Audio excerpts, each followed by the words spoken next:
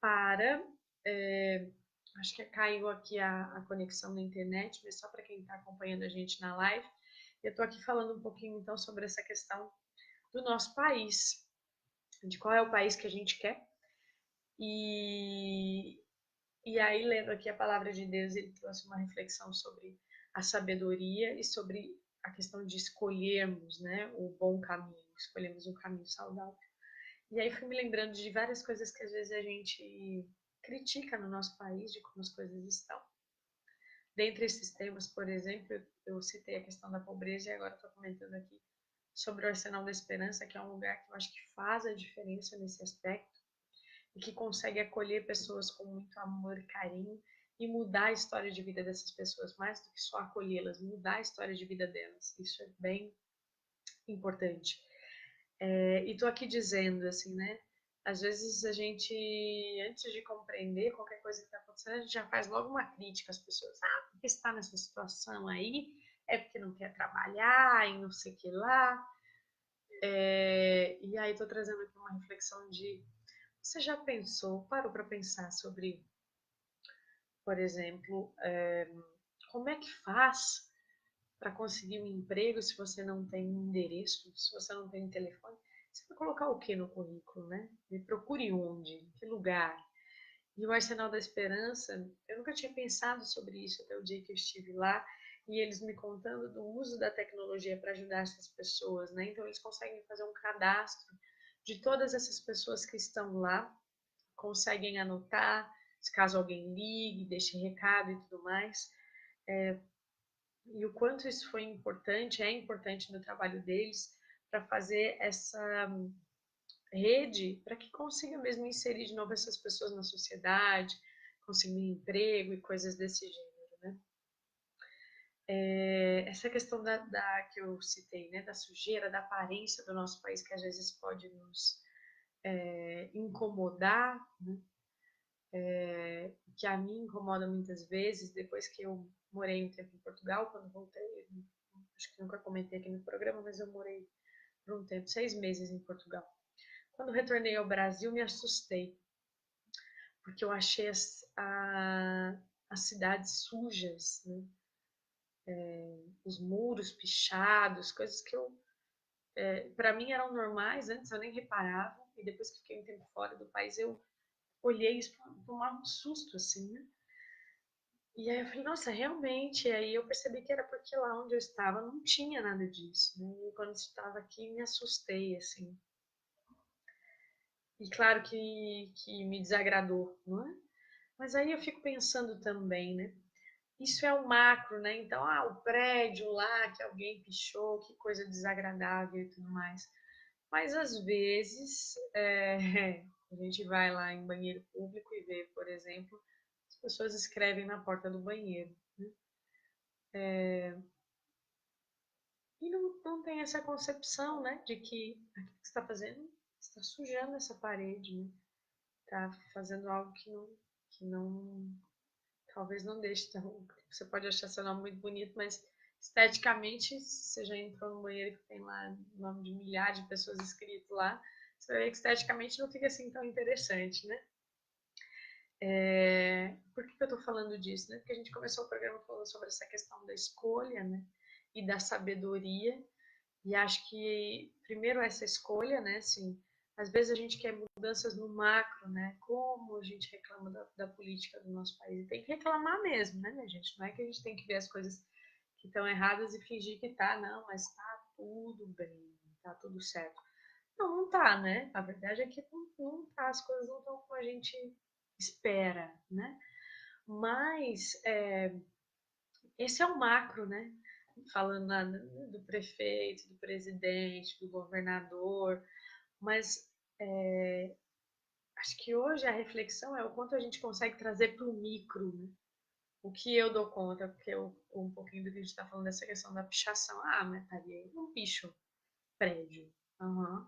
Mas e será que a gente também dá conta de não escrever na porta do banheiro, né? E às vezes de ter essa questão da educação, né? Já que a gente estava falando de sabedoria, a sabedoria vem dessa questão de conseguir utilizar adequadamente os conhecimentos que eu tenho, né, para que sejam, de fato, se tornem a informação, não é simplesmente sabedoria, é mais do que informação. A informação é super importante porque ela me permite dar o primeiro passo, né? Mas depois eu tenho que conseguir usar adequadamente essa informação para que se torne de fato sabedoria.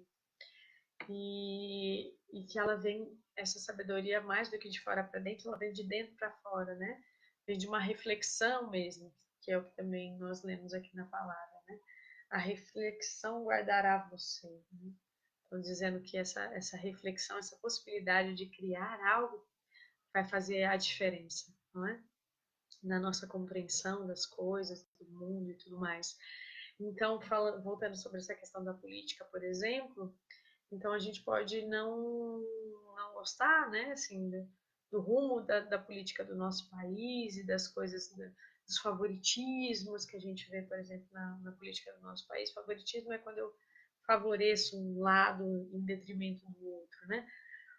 Mas será que nós no micro, e qual é o micro, Thalia, né, assim, o pequeno espaço que eu detenho, né, assim, que eu posso definir, não posso definir o que o presidente vai decidir sobre o nosso país, mas eu posso definir o que acontece, por exemplo, na minha casa, né? E eu acho que talvez seja essa a reflexão de hoje, né? Na minha casa eu opto por uma política igualitária ou por uma política que vai em detrimento de uns, favorece uns e prejudica outros, né? Mas como assim, Thalia? Por exemplo,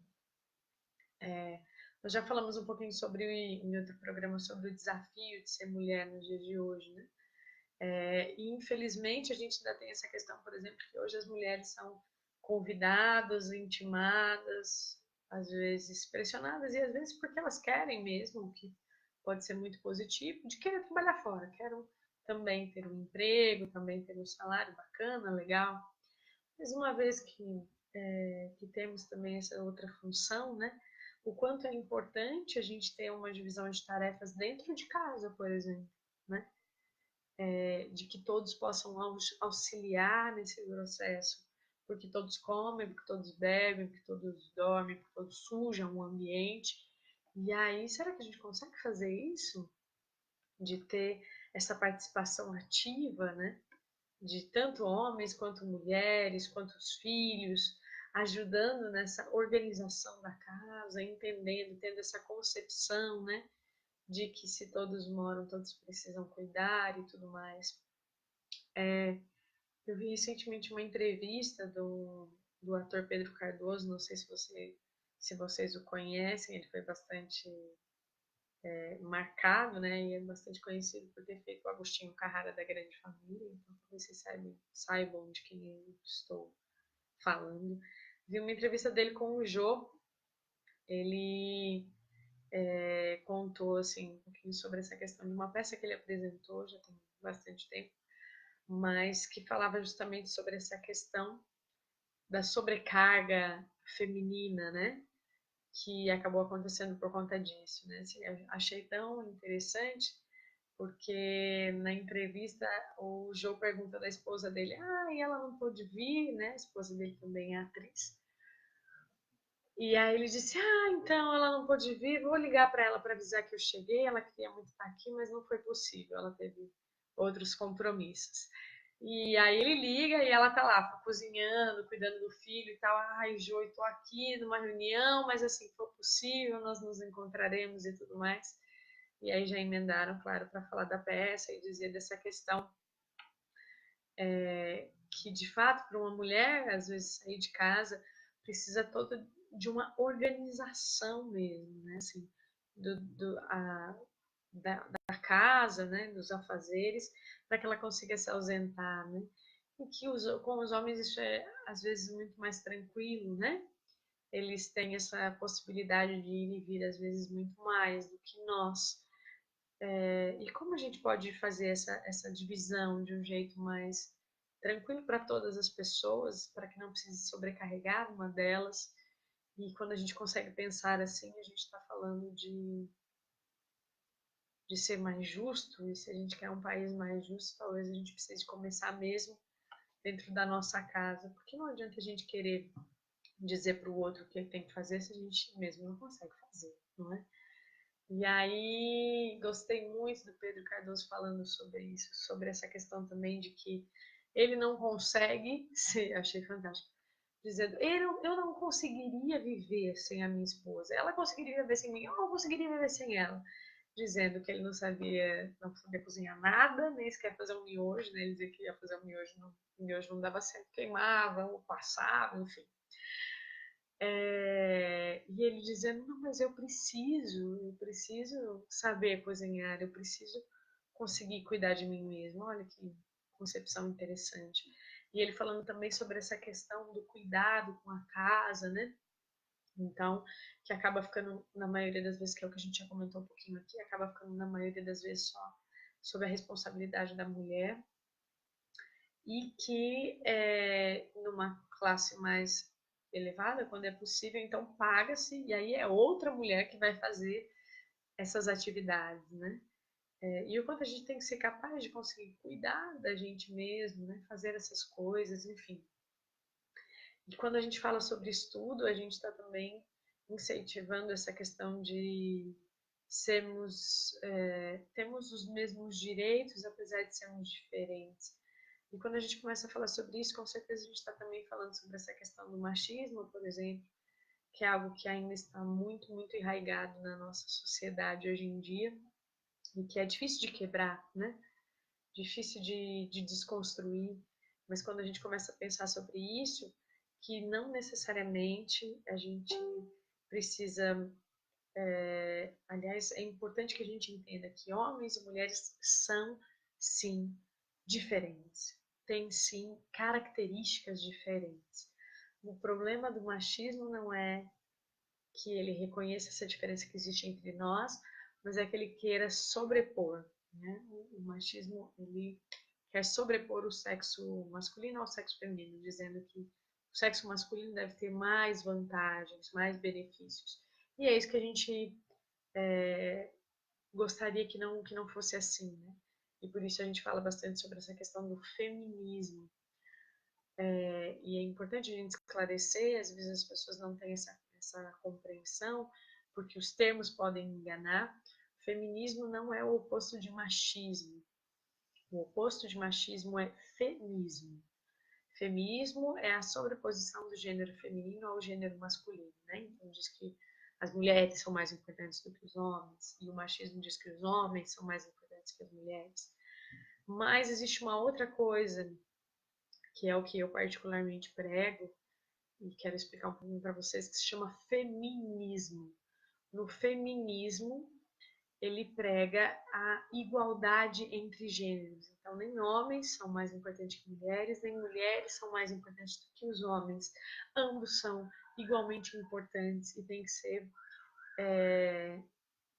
tratados com as suas diferenças, com as suas necessidades diferentes, mas com direitos iguais. Por exemplo, hoje em dia ainda acontece de muitas mulheres fazerem o mesmo trabalho, exatamente o mesmo trabalho que outros homens, terem salários menores, do nível 20% menor, só porque você é mulher, né?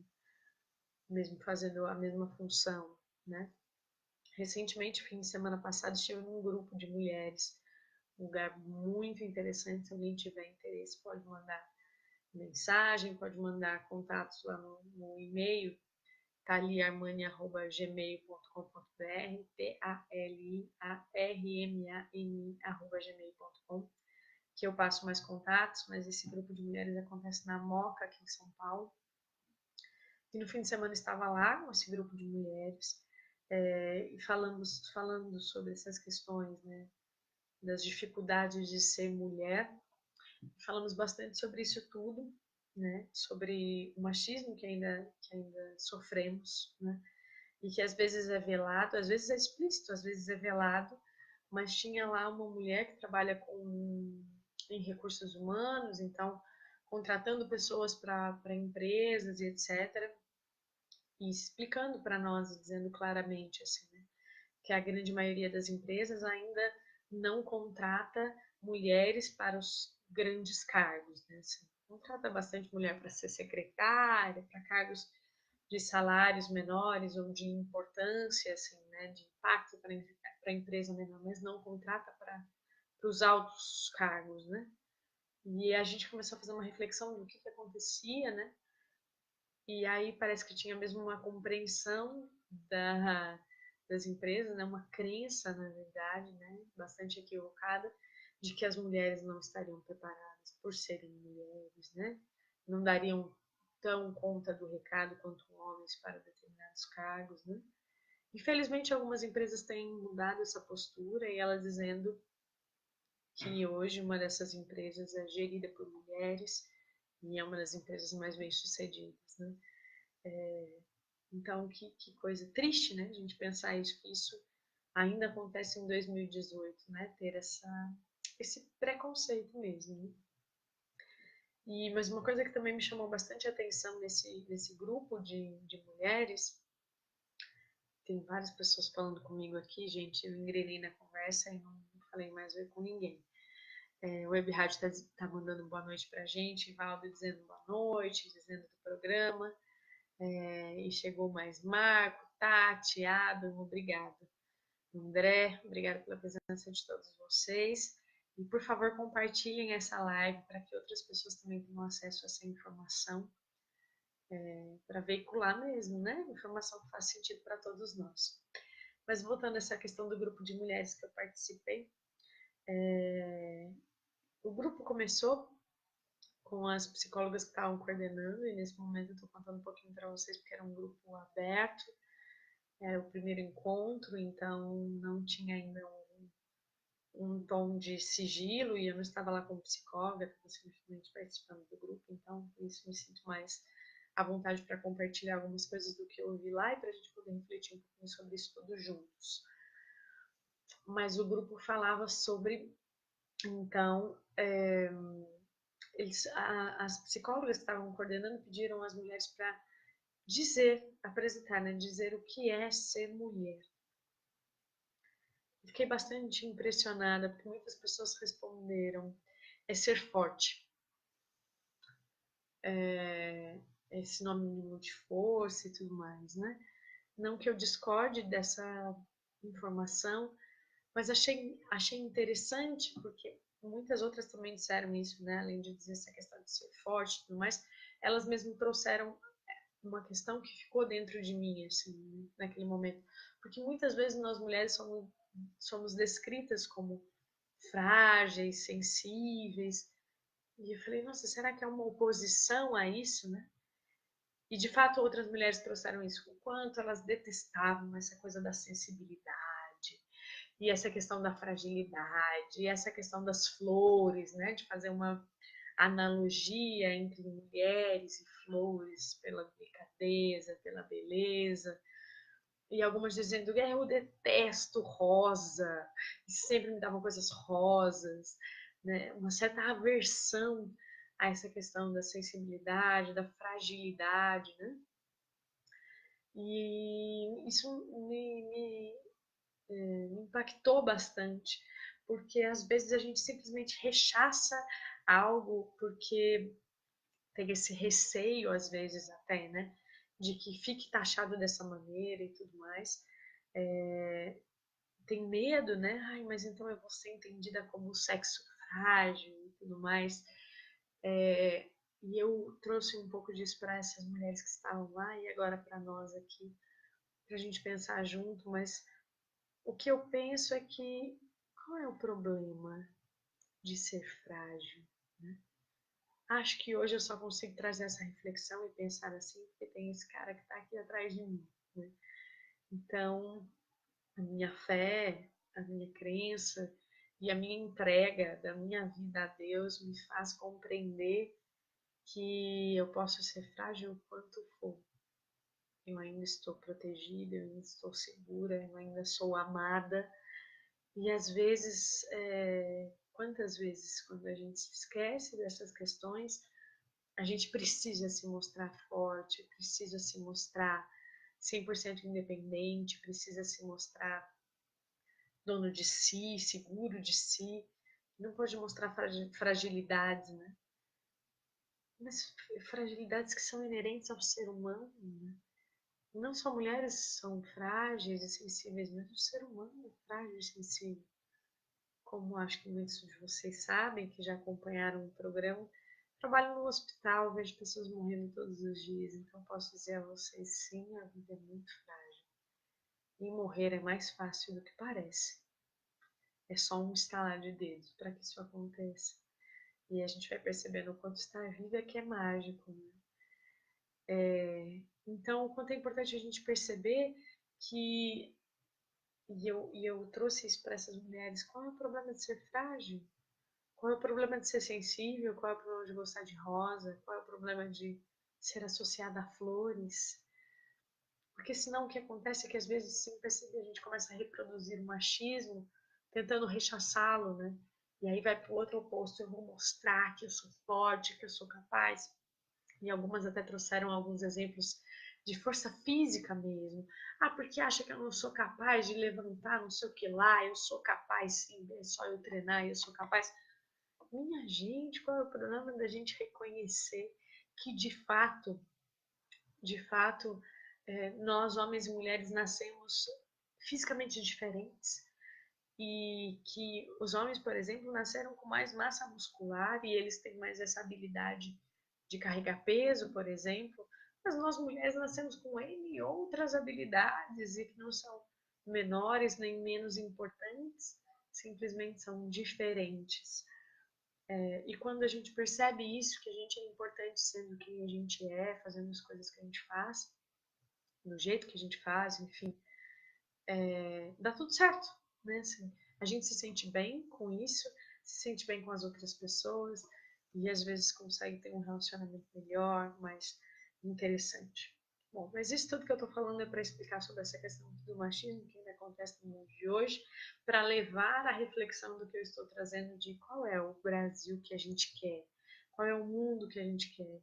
E às vezes a gente fala dessa questão da indiferença, por exemplo, que é uma coisa que me preocupa muito. A gente às vezes não quer, né? Um país indiferente, não quer pessoas indiferentes ao sofrimento alheio e tudo mais.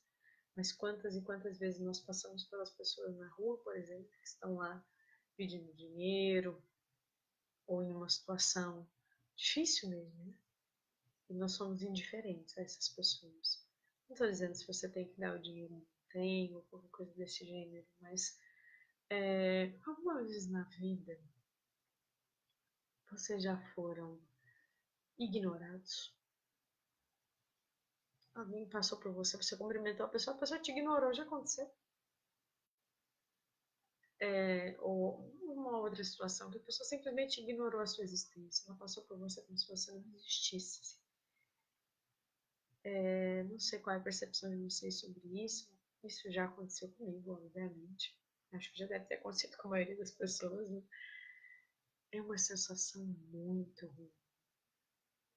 Acho que é uma das piores sensações do mundo. Acho que até a gente sente um impacto tão grande que talvez sinta até mais forte do que se fosse maltratado mesmo, sabe? Porque quando alguém nos maltrata, normalmente ele reconhece a nossa existência. Quando alguém nos ignora completamente, ela ignora a sua existência. Isso é algo que dói na alma, assim. E porque a gente quer ser reconhecido, né, enquanto ser humano, enquanto ser existente, né? Então acho que vale também essa reflexão, né? Não queremos a indiferença, mas será que estamos propagando-a? Uma outra questão interessante é que às vezes a gente reclama do sensacionalismo, não sei vocês, mas eu não gosto nada desses programas sensacionalistas, que a gente brinca aqui, né? Até escorre sangue na tela, assim, né? De tão sensacionalista que é aquilo e de inúmeras tragédias que são descritas, né? Não que essas tragédias não aconteçam de fato, mas a maneira como a informação é passada, né? É que a gente pode dizer que é sensacionalista ou não. Me impacta muito esses programas, né?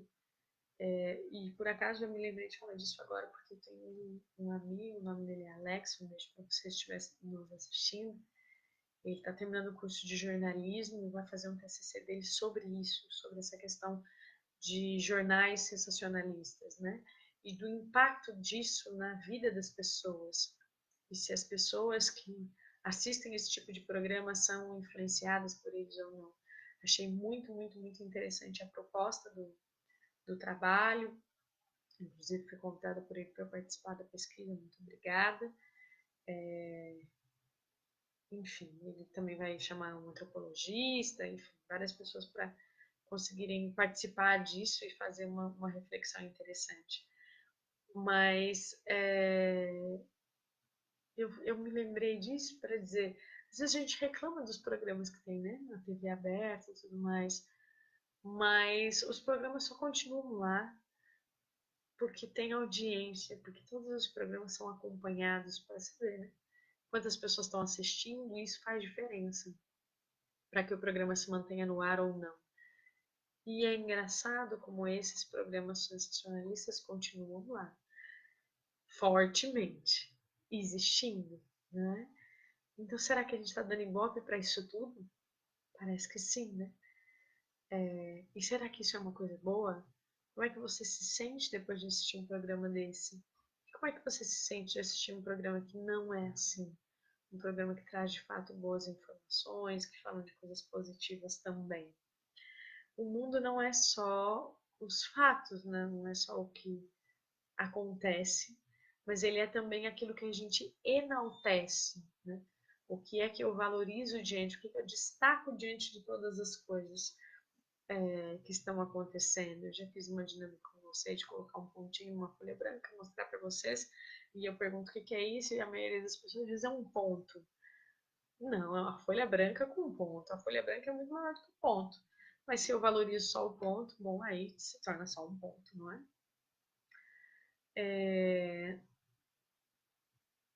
Eu me lembrei agora também, olha que coisa, né? Eu vi uma reportagem uma vez do Silvio Santos e ele dizendo que mesmo que ele continuasse perdendo dinheiro, ele ia continuar transmitindo desenho de manhã na TV. Porque ele disse, as crianças têm direito de assistir desenho. Então, mesmo que eu esteja perdendo dinheiro, eu vou continuar transmitindo. Achei muito, muito interessante, muito maduro, muito humano da parte dele, né? E aí me questiono por que ele está perdendo dinheiro, transmitindo dinheiro, porque dinheiro, ó, por que ele está perdendo dinheiro transmitindo desenho? Porque as pessoas não estão assistindo, as pessoas estão escolhendo outros canais. E será que as nossas crianças andam assistindo, não é? As músicas, por exemplo, né? A gente reclama tanto de várias músicas. Nossa, mas isso é horrível e tudo mais. Mas o quanto a gente consegue oferecer para outras pessoas também música que a gente considera de qualidade, para que ela tenha a opção de escolher, não é? Também lembrando que o quanto a gente precisa ser tolerante, né? Até nessa questão das diferenças, porque se a gente quer um país melhor, se a gente quer um país tolerante, se a gente quer um país de direitos, a gente precisa ser, né? Ser tolerante. Achei muito interessante, curioso até. Há pouco tempo atrás, também esse fim de semana passado, eu estive numa escola, fui dar uma palestra, e uma criança, antes de começar isso tudo, eu estava sentada, essa criança chegou, sentou perto de mim, a gente começou a conversar. E ele me falou, começou a me falar dos gostos musicais dele e tudo mais, e aí ele dizia, eu detesto funk, nossa, funk é uma coisa horrível, realmente não dá e tudo mais.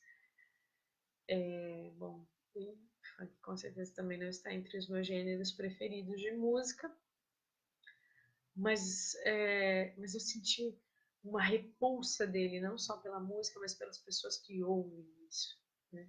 Que ouvem essas músicas. E aí isso me preocupou um pouco, né? Porque é isso, eu não só posso como devo ter as minhas preferências e as minhas escolhas, mas quando eu começo a ter repulsa pelas outras pessoas, isso levanta uma anteninha em mim, assim, acende uma luz de alerta.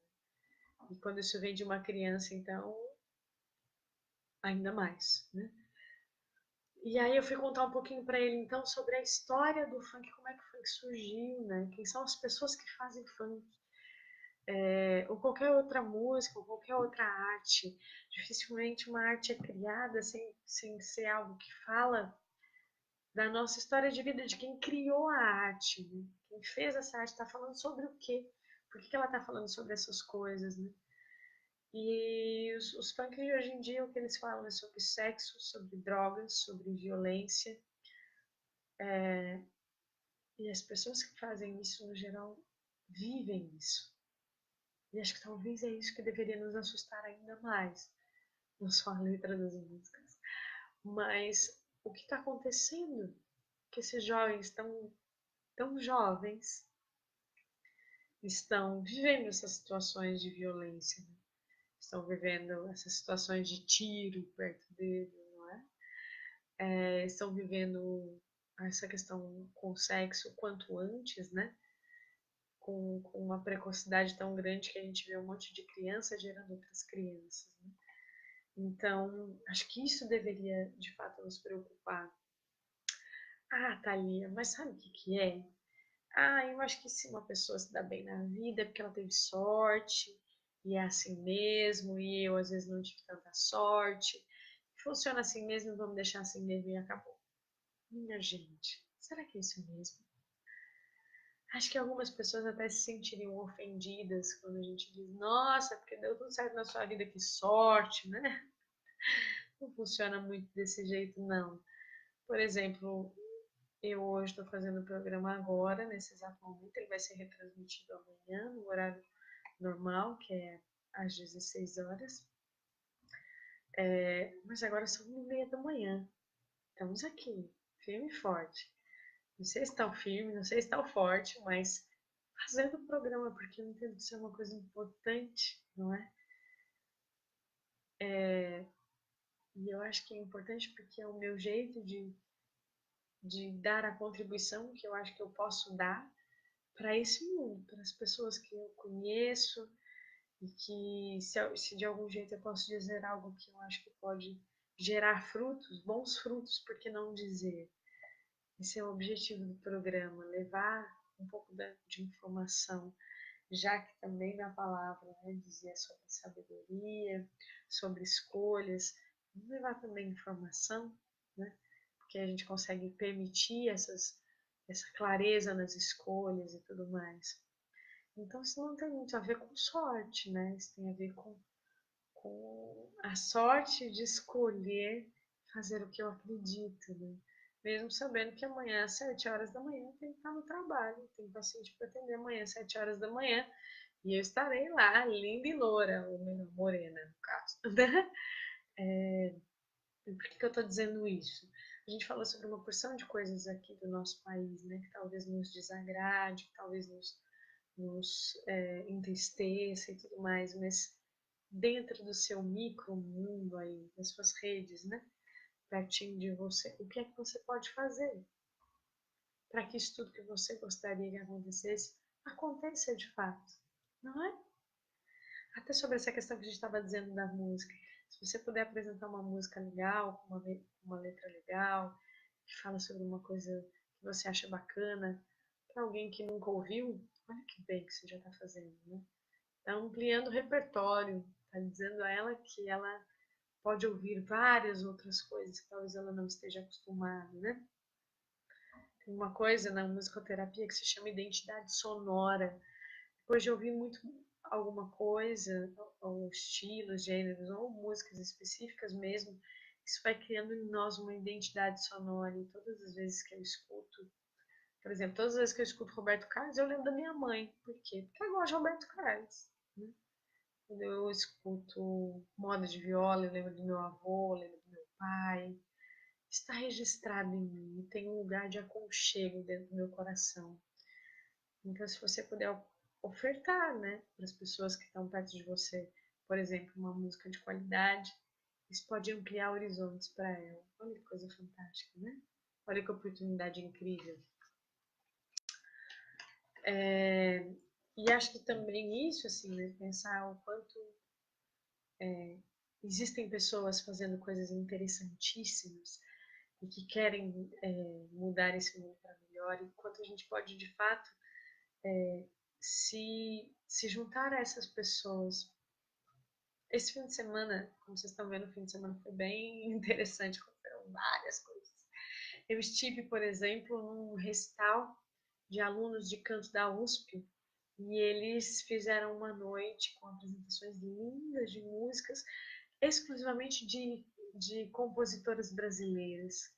E cantaram músicas que eu nunca tinha ouvido, de compositoras que eu desconhecia a existência, e que compuseram coisas incríveis, compuseram obras para ópera, né? Assim, para orquestra, escreveram músicas inteiras para orquestra, enfim. Fizeram coisas incríveis e que eu nem as conhecia. Bom, então, minha gente, já está dando a nossa hora aqui do programa, né? Passou muito rápido, não foi? Eu quero só citar, então, algumas dessas compositoras que eu pude ouvir pela primeira vez esse fim de semana, para se vocês tiverem a curiosidade, depois dar uma procurada na internet e ver se de fato é do interesse de vocês, mas para prestigiarmos, né? Pensando nessa questão de igualdade, né? A gente fala tanto de coisas que vêm de fora, será que a gente conhece as coisas que vêm dentro do nosso país? Então, pronto. Das pessoas que eu ouvi esse fim de semana, tinha então Lina Pires de Campos, Carmen Silva de Vasconcelos, Babi de Oliveira, Adelaide Pereira da Silva, Kilza Sete, uma que eu acho que é bem conhecida de todas nós, né? Chiquinha Gonzaga, Elza Camuê, Lúcia de Biasi Bidarte, e uma compositora que estava lá conosco, não só compõe, mas também canta e toca, e teve lá e cantou músicas lindíssimas, se chama Mari Vanuzzi, uma graça de pessoa, alguém que vale a pena conhecer. Tá, e aí só para encerrar, minha gente, eu vou dar uma última dica cultural. Posso? Hoje o programa tá cheio de dica cultural, tô gostando. Que é dessa peça aqui. Essa peça se chama Hollywood e está sendo, não sei se dá para ler, acho que não dá. Está sendo transmitido, está sendo apresentado no Teatro Sérgio Cardoso. É uma curta temporada, vai só até o dia 23 de maio, às terças e quartas-feiras, às 20 horas. Eu não estou ganhando nada com essa divulgação, minha gente. É só porque eu fui assistir essa peça ontem e adorei. Adorei, adorei, adorei. Recomendo muito, uma peça fortíssima e que fala um pouquinho sobre essa questão do feminismo, fala um pouquinho sobre essa questão de o que a gente quer fazer nesse mundo, quais são as escolhas que nós estamos fazendo e para onde essas escolhas estão nos levando. Acho que era mais ou menos isso que eu queria falar com vocês hoje. Espero que tenham gostado do programa. Foi uma imensa satisfação estar com vocês. Peço desculpas pelos nomes que eu não disse, que tiveram conosco durante todo o programa. Marco, Tati, Adam, Maria, Luciana, Jefferson, Edileide. Enfim, muito, muito obrigada pela participação de vocês. Vamos encerrar com música, como sempre pode ser. Pedindo a Deus para enviar o seu Santo Espírito para que nos dê essa sabedoria que a gente tanto precisa, não é? Para fazer a diferença no lugar que a gente, no que a gente está, que Deus nos colocou, né? O que vocês acham? Pode ser assim? Muito bem, muito bem. Vamos terminar então com a música de novo, Enviai, da Eliana Ribeiro.